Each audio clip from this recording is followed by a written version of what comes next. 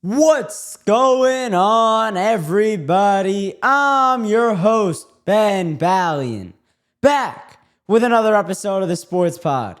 And today I have an NBA playoff preview for you. The playoffs are upon us. I'm going to go through every first round matchup, then give my NBA Finals prediction. I'll give both teams that are in the finals and then the champion and finals MVP. I'll get into all of it on the other side of the intro. Hit it. DiVincenzo a three. Bang! Bang! Second strike. Got the wall. He jumps. It's gone. He did it. He did it. Pete Alonso with the most memorable home run of his career. All right, getting into the episode, I'm going to start with the Western Conference. I'm going to work my way all the way down that side of the bracket, then do the same on the East. The Thunder, their matchup is still up in the air. It's either going to be the Mavericks, the Grizzlies, or the Kings. And I don't care who they're playing. I'm taking the Thunder. The Thunder are so good. Shai Gilgeous-Alexander, people want to say he can only shoot free throws. He gets to the line too much. He just draws fouls. You're just wrong. He doesn't get to the line as much as people give him flack for. SGA is such an offensive talent. The way he moves, the way he shoots, he's so talented. But then you look at the rest of that rotation. You got Chet Holmgren, you got Jalen Williams, you got Alex Caruso. You have so many other guys. You got Lou Dort. You have so many guys that are capable NBA players, that are players that will change series. The Thunder got good experience last year. I think they lost in the second round to the Clippers last year. It was either the Clippers or the Mavericks. Now that I'm thinking about it, I want to say the Mavericks. I don't know exactly. But that was valuable experience. I think that series went either 6 or 7 games. And it was a highly competitive series, high intensity, as all the NBA playoff series are. I'm not saying the playoffs are low intensity. I'm just saying that one in particular was very intense. I am taking the Oklahoma City Thunder, and I'm taking them in 5 games. I just think they're going to get lazy in one game. Maybe they'll go up 2-0, be on top of the world, like, yeah, this game doesn't matter. And then whoever it is will win one singular game. And for my prediction for who they're playing, I'm going to take the Grizzlies. I think even though they lost their head coach, they were the 8th seed in the play-in game, and I just think they're better. I think they're better than both the Mavericks and the Kings. The Mavericks are cooked. There's absolutely no way without Kyrie Irving. I don't know what AD is doing right now. Maybe without AD, we don't really know. He's got always injury stuff. And the Kings, they weren't really good all year. I know they did turn it on to make that final play-in spot, but I like the Grizzlies. I think it'll work out how it's supposed to be. That's because that's how it would have been if the playoffs were normal. I think that's just how it works out, and the Thunder win in 5 games. Ja Morant will go crazy for one game. Maybe it'll be Desmond Bane. Zach Edey will have a good performance. I just think the Grizz will get 1 game. That's my prediction. The Grizzlies win the play-in game. They take on the Thunder. The Thunder win in 5 games. The Grizzlies take game 3. Shai Gilgeous-Alexander has a great series. Ja Morant, he has shown up in the playoffs before. It wouldn't be the first time he puts his team on his back in the playoffs and makes a deep run. I just can't see it happening. Like I said in the last episode, or I think it was 2 episodes ago, the Thunder have 2 rotations that could be legit playoff teams.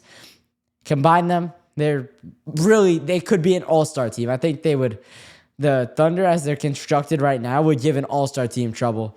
So they're going to win in 5 games. Moving on to the 4-5 matchup, the Nuggets and the Clippers.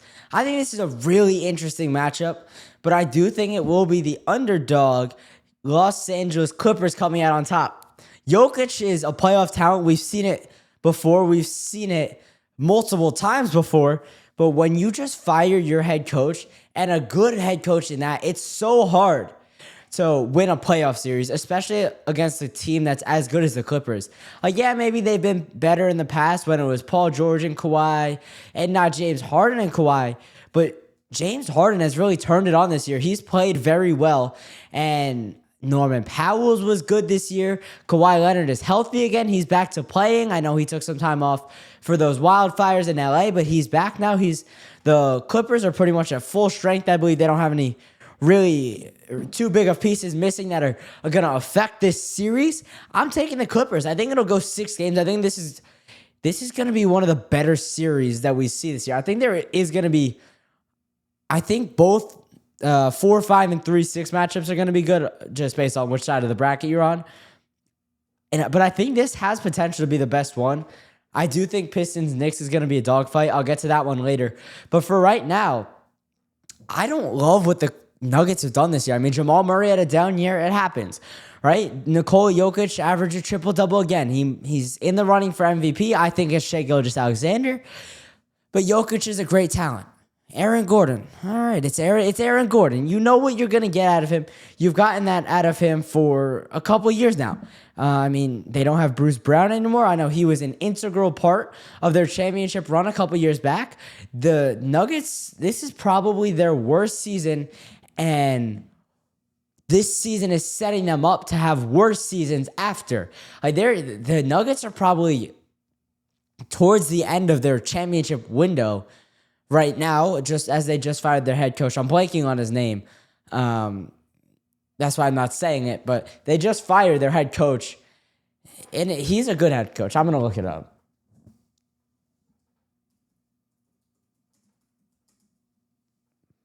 Michael Malone. I don't know why I couldn't think of that. That was bad by me. But I don't know. I just don't get how you fire a head coach when you're a playoff team, when you're a higher seeded playoff team, when you're a 1 seed, a 2 seed, a 3 seed, a 4 seed, when you're one of those teams. I don't get how you fire your head coach. It makes no sense to me. I don't care what the locker room is like. I don't care what players hate you. I don't care what players want you gone after the year. You are a 4 seed. That doesn't make any sense. You're hosting game 1. You're a favorite to win this series. You just won a championship 2 years ago with that head coach. And you fire him now? 3 games before the playoffs start? Makes absolutely zero sense to me, but it is what it is. It happens. Head coaches are allowed to be fired. I just don't understand the reasoning behind it. Anyways, I don't think the Clippers have the Nuggets rather. I don't think they have the firepower this year to go up with the Nuggets. I think it'll go 6 games like I mentioned, but the Clip Show will come out on top. They just have more defense and better offense. So yeah, that's my prediction for that series. Clippers in 6. All right, Lakers and Timberwolves. This one is going to be very interesting, I think. I think this is another one that's going to go 6, maybe 7 games. You got Ant Edwards, Julius Randle, who has had really good stretches this year. His first year in Minnesota, Anthony Edwards talked about how he likes being the underdog, but on the other side of the court, you have LeBron James, you have Austin Reeves, and you have Luka Doncic. As Shannon Sharp would say, PGA, USA, SGA, Lakers in 5.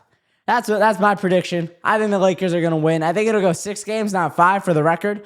But I think the Lakers come out on top. They just have more talent. The Timberwolves have guys like Mike Conley who are threats on the defensive side of the ball. I just don't think they're going to be good enough. I don't think they have the talent to hang with Los Angeles this year. Let's see. They got Rudy Gobert down low. I don't like the Timberwolves. I don't like the way their team is constructed. I like Anthony Edwards. He's a really talented young man. He's a really talented basketball player. I don't think he's good enough to hang with LeBron and the big 3 with the Lakers in a playoff series. He proved he's a playoff riser to me last year. He's just not good enough to take down the superpower that is the Los Angeles Lakers this year. The Lakers have defense. They have guys like Max Christie. Who else do they have in LA? Defense-wise, I don't know why I'm saying defense. The Lakers are favorites, 65% chance according to ESPN. I just think that's how it's going to go. I mean, the Lakers, they are the better team. They finished the season 50-32, 50-win year. That's nothing to slouch at. They're a 3rd seed, which in the East, I think they would also be a 3rd seed because the Knicks have 51 wins. Yeah, They would be a 4 seed, actually. The Knicks have 51, and they're the 3. So the East, people say the West is a lot more difficult. The East, they got 4 teams over 51, or 3 teams with 51 wins. 51 or more wins, that is. I think the Cavs got 60. Let me see. Cavs, 64 wins. That's a big number for one season. I mean, there's teams that won't get that with this year and next year. Those are the bottom of the barrel teams. That's like the Wizards and I don't know, all those kind of teams. The Hornets when they don't have LaMelo Ball. But that's besides the point. I think the Timberwolves have to do so much on the offensive side of the ball in this series that they won't be able to have the energy on defense. Like, they'll try to play defense. It's just not going to be sustainable against the Lakers team that has so much offensive firepower and that comes from every single position. The Lakers,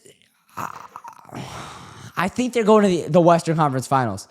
And I know they always make playoff runs. They're always in the mix in the playoffs. I think this is a really easy path for them. I mean, the Rockets are the 2 seed, the Warriors are the 7. That's who they're going to take on in the second round. That's who they're going to play for the right to play for the conference final, the conference championship. I think the Rockets will win their series, moving to that series now. I think the Rockets will win. I think the Warriors will win. The Warriors are the favorites in the series, which they're the 7th seed going on the road for game 1 and 2, and they're favorites. I just think the Rockets don't have the experience. I think they're too young with Azar Thompson, with Jalen Green, with Alperen Sengun. These guys have never had playoff experience before. This is going to be their first real run in the playoffs. I don't think they're going to be able to stack up with experienced guys like Jimmy Butler, like Steph Curry, like Draymond Green. The Warriors have so much experience. Like, they have Steve Kerr, one of the best head coaches in NBA history, if not the best. They have so much experience. They have so many guys that have been in the playoffs, that have rose in the playoffs, specifically Jimmy Butler. They have playoff Jimmy on a team with Steph Curry, night. The Warriors are going to win. I think this one gentleman's sweep for the Warriors. It's going to take them 5 games. They're going to go to Houston, Toyota Center, I believe. They're going to win both games. Then they're going to come back. They're going to win game 3. They're going to lose game 4 and win game 5 back in Houston. They're going to go on the road and win 3 out of 5 games. That's where I'm at with the Warriors. Wait, 1, 2, 3. They're going to win 4. 3 games on the road, 1 at home. 3 for 3 on the road, 4 for 5 in total. That's what I was trying to say. I don't know how it came out, but what I'm looking for in this series is Draymond Green's defense. Draymond Green on his podcast was lobbying for the Defensive Player of the Year award, which is flat out ridiculous. He's a forward. It's a big man's award. I know he plays small ball center a lot, but he's not the best defender in the league. I think it was because he had a really good stretch of defense in the final 10 games of this season that really, in his mind, propelled him to the lead, and he is now the betting favorite, I believe. I'm not sure about that. Obviously, I'm 15 years old. I'm not watching the lines like that, but I believe he is the favorite to win the award now. I can't remember who it was before he went down, before Draymond had that impressive defensive run, but he's got to do it in this series. He's got to be able to lock up both Jalen Green and Alperen Sengun. I have to assume he's going to start the series on Sengun. I know it is a big mismatch, but I'm just looking at the Warriors roster right now, and I'm trying to see who do they have other than Draymond. They have not really anybody who's gonna be playing defense on a big guy. Maybe Kevon Looney. Kevon Looney is probably the other guy. I think it'll be 1A, 1B between Draymond Green and Kevon Looney, who's going to be guarding Alperen Sengun. But overall, Draymond's going to have to guard Jalen Green too. Draymond is going to have to guard Amen Thompson. I want to say Amen. I think Azar is on the Pistons. So Draymond's got to play defense. That's the X factor in that series. What is Draymond's defense? Is he going to be able to guard 1 through 5 like he has been for the majority of his career? All right, getting to the Eastern Conference with the Cavaliers. Now, the Cavs are going to be taking on either the Bulls, the Heat, or the Hawks. The Bulls, the Heat, or the Hawks. And similar to the Thunder, it's not going to matter. The Cavs won 64 games this year. The Cavs have Donovan Mitchell. The Cavs have Jared Allen. The Cavs have Evan Mobley. The Cavs are locked and loaded. They have talent all through the lineup. From 1 through 5, they are a very talented team. But I don't think they're making the NBA Finals. And I'll get into it more as the episode goes on. But I don't think they have the 3-point shooting to go all the way. I think they have enough to get through round 1 and most likely round 2 because of their matchup, which is the Pacers and the Bucks. If they're able to stop the Pacers on defense, the Bucks haven't been able to do anything on offense. I think they'll be able to get to the Eastern Conference Finals pretty easy. But that's where they're going to have to face off with most likely the Knicks or the Celtics. If I had to guess right now, I'm going to say the Celtics. I'm sorry, Knicks fans. I wish we were better. I wish we could get to the conference finals. I just don't see it happening this year. Maybe next year. Maybe next year. There's always next year. But the Cavs, they don't have the 3-point shooting to hang with a team like the Celtics. A team that 1 through 10 on the depth chart, Joe Mazzulla trusts to go out there and make a 3-point shot at any given time. Joe Mazzulla could put anyone on that court, whether it's Luke Cornett, whether it's Al Horford, or whether it's Jaylen Brown and Jason Tatum. Joe Mazzulla could employ any of them, say, go get me a 3-point shot, and they have a high percentage chance of making one. That's just the way the Celtics are constructed, and the Cavs aren't built to beat that. Evan Mobley and Jared Allen can't shoot the ball from long range. That's going to be the Cavs' downfall. That's going to be the reason the Cavs don't go to the NBA Finals this season. And it is what it is, Cavs fans. They're not good enough. For as good a team ball they played, for as good as Kenny Atkinson coached that team. I love Kenny Atkinson as a coach. I think he is a tremendous head coach in the National Basketball Association. But I don't believe that they're good enough to go all the way. I think I'm going to say they're going to sweep any team that's going to be in their way right now. But in the first round, that is. But I don't think they have the talent or the skill to get to the NBA Finals. Cavs in 4. I think that's going to be the first sweep of this first round. All right, Pacers, Bucks, the 4-5 matchup. This is a really interesting game and series because the Bucks offense has been absolutely brutal. This is a rematch of last year's 3-6 matchup, actually. It was Pacers, Bucks, and it was really the same thing. Because Damian Lillard, I know, missed games last year in that series. He's got a blood clot in his calf that he's still trying to work through this season. He's going to miss the start of the playoffs. They're not saying how many games he's going to miss, but every game in the playoffs is so valuable. You only get 4 losses in a series. So every second that he's not on the court for the Bucks is an opportunity missed. Doc Rivers has not been the best coach for the Bucks. The Bucks offense has struggled down the stretch of this season. They limped to the finish line really ever since Dame went down. It was March 18th. He's been sidelined since. They haven't had the same offense without Damian Lillard on the court. They moved Chris Middleton at the deadline. They have Kyle Kuzma on that team now, but I don't think he's giving you much. And with the Pacers are a team that could beat you by just shooting. They don't need to play defense. They're investing in, oh yeah, we could score 140 points a night. We're not going to play defense as hard. We don't care about the defensive side of the ball. We're just going to beat you solely from our offense. And sometimes that works. It worked last year, got them to the Eastern Conference Finals, but a lot of the time in the playoffs, it does not work. So for me, I am going to take the Pacers, but I think it's going 7 games. I just don't think the Bucks are good enough unless Dame comes back in game 3. If he comes back in 4 or 5, 6 or 7, I don't think the Bucks have a chance. I think he has to be back before, just as the series will be shifting to Milwaukee. I think that's the best case scenario for the Bucks. I think they'll getting him back at that time will be that's what I think that's what they're hoping for. He only misses 2 games because he's missing the start of the playoffs.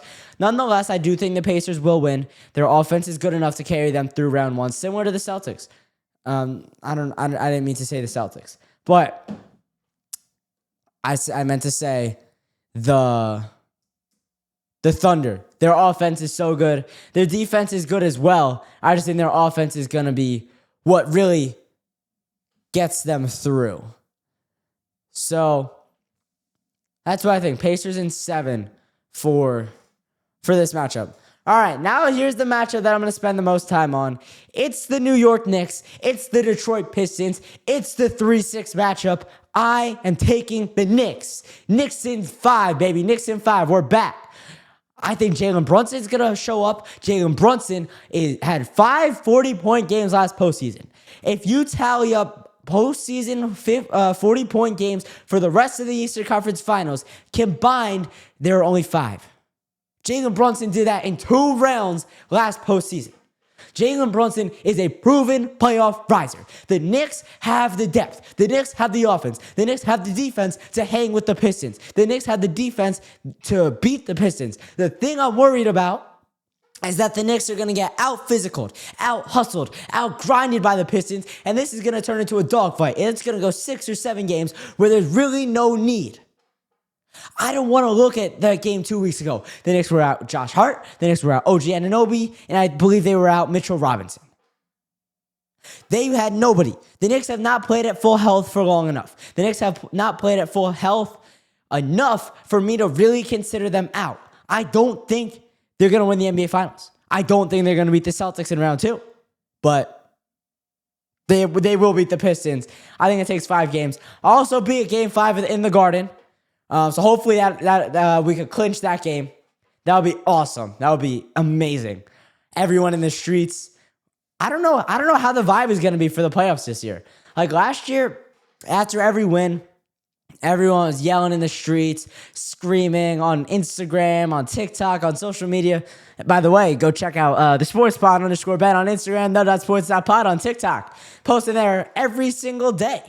A shameless plug, but it's my platform. I can do what I want. Everyone was dancing, screaming, FMB'd, Pacers suck, Knicks in 8. Knicks in 8. That was very bad. Yeah, Knicks in 8. That was not good. But it was so much fun. If they can clinch after game 5, I will be electric. I will be ecstatic. That will be so awesome. Walking out of Madison Square Garden with the Knicks going in the second round, the chants, the atmosphere, the vibes will be immaculate, as I say on the Roommate Show.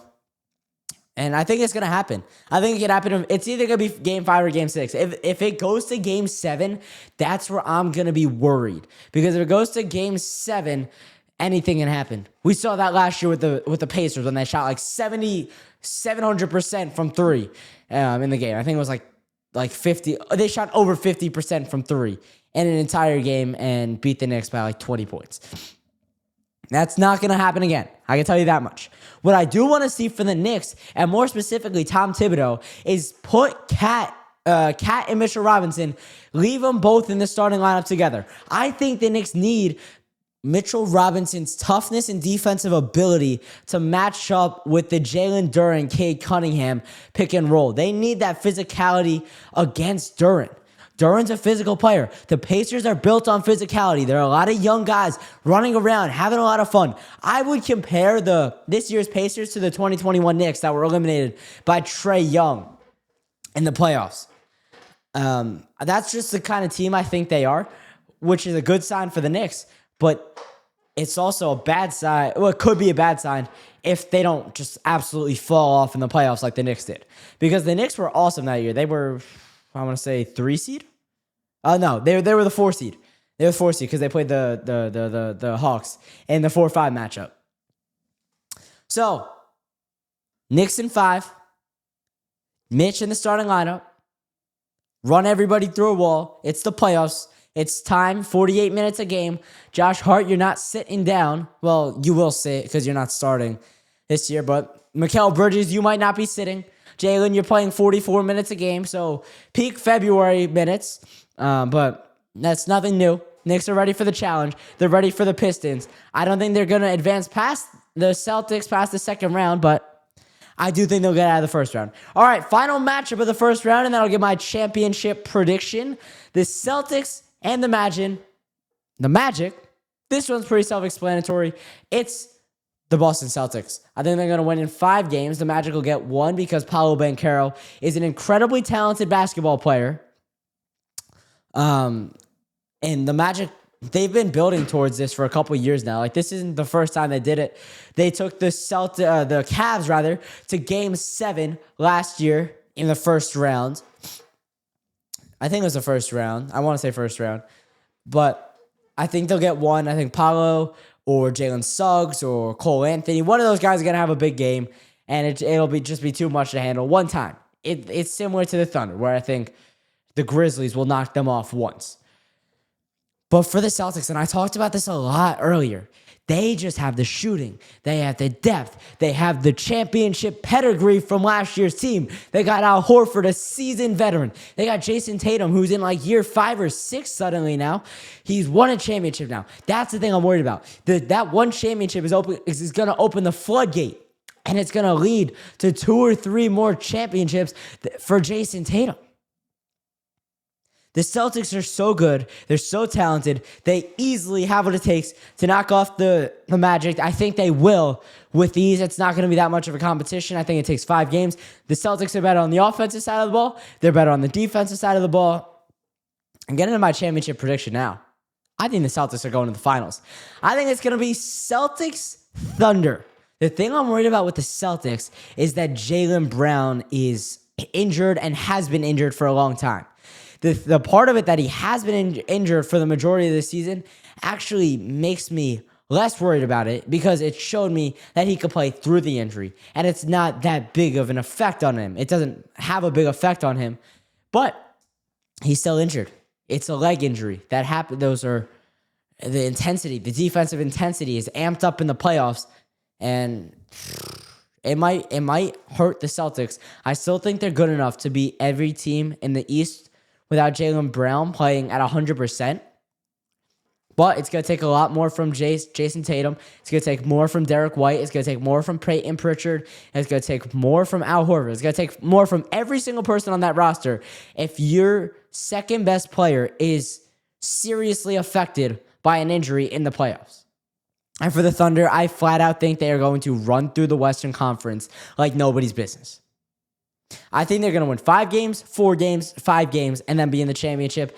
And for my 2025 NBA Finals championship prediction, I am taking the Oklahoma City Thunder. I just think they're so good. They played a good style basketball the whole year. They run such a good program over there. The Thunder head coach, Mark Diagonal, whatever his name is, I can't pronounce it. He's an incredibly talented head coach. He's young. I think he connects with the players a lot.